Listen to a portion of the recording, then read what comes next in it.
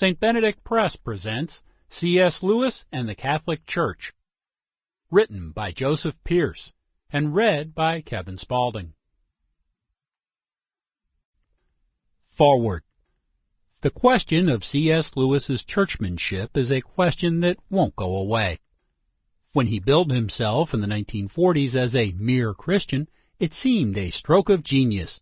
Yes, why not have an apologia for the ancient faith that avoids all partisan matters and lays out for the unbeliever, and for the believer too, for that matter, the nature of Christian belief and the reasoning underlying that corpus of belief? Certainly the success of Lewis's apologetic work would seem to testify to the wisdom of the approach that he chose. How many people, millions, would give Lewis the credit for having assisted them along to true regenerating Christian faith? Is it pettifogging, then, to raise, 40 years after Lewis's death, the question of his particular churchmanship? Can we not simply leave it where he wished to leave it? He never tried to hide his Anglicanism, but he never wanted to give his description of the faith any remotest Anglican tint. Surely this is praiseworthy? Indeed, but difficulties do arise. Lewis wished to leave on one side various peripheral topics. But what if those topics are not peripheral to the most immense, most ancient body of Christians? The nature of the Eucharist, and of all of the sacraments actually, and the role of the Blessed Virgin in the drama of redemption, and the sacerdotal apostolic priesthood, and the office of Peter, the communion of the saints, and the doctrine of purgatory. These can be called peripheral only by an avowed partisan, namely a Protestant. And Protestantism is a latecomer to the Christian scene.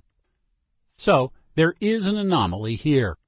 Lewis wishes us to accept his identity as a mere Christian, but we find that the truth of the matter is that he was a mere Protestant. Quite ferociously so, as it happens.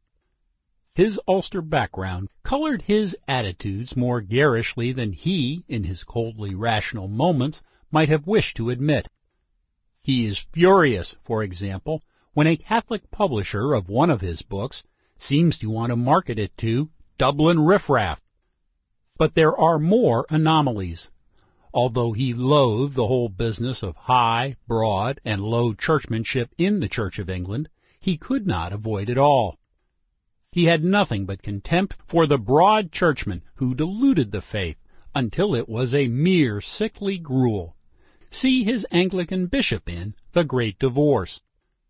And he detested the smells and bells, lace cotta, beretta sort of thing that one finds at Anglo-Catholic shrines, and which formed the métier of T.S. Eliot. He just wanted to be left alone, to go to church and be done with it. But it was not so simple. In spite of himself, Lewis moved more and more toward what can only be called a Catholic Anglicanism. Again, he hated the epicene punctilio of the Anglo-Catholic party, but his faith came to embrace all sorts of doctrines and practices that his evangelical readers, who are his most enthusiastic clientele, must sedulously ignore. He spoke of the Blessed Virgin and made his confession to his priest regularly, and believed in purgatory, and even came to refer to the Eucharist as, "Heaven help us all, the Mass." Lewis's anti-Romanism remained with him until his death, however. The point of a book like this is not to quibble.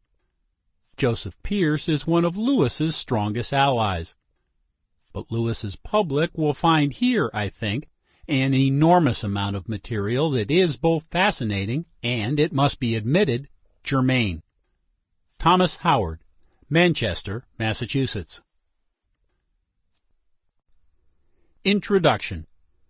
A serious case of Anglophilia.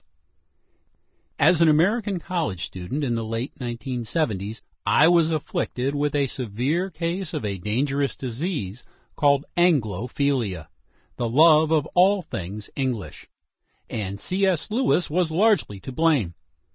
I had been brought up in an evangelical fundamentalist family, and after high school I visited Sample complete. Ready to continue?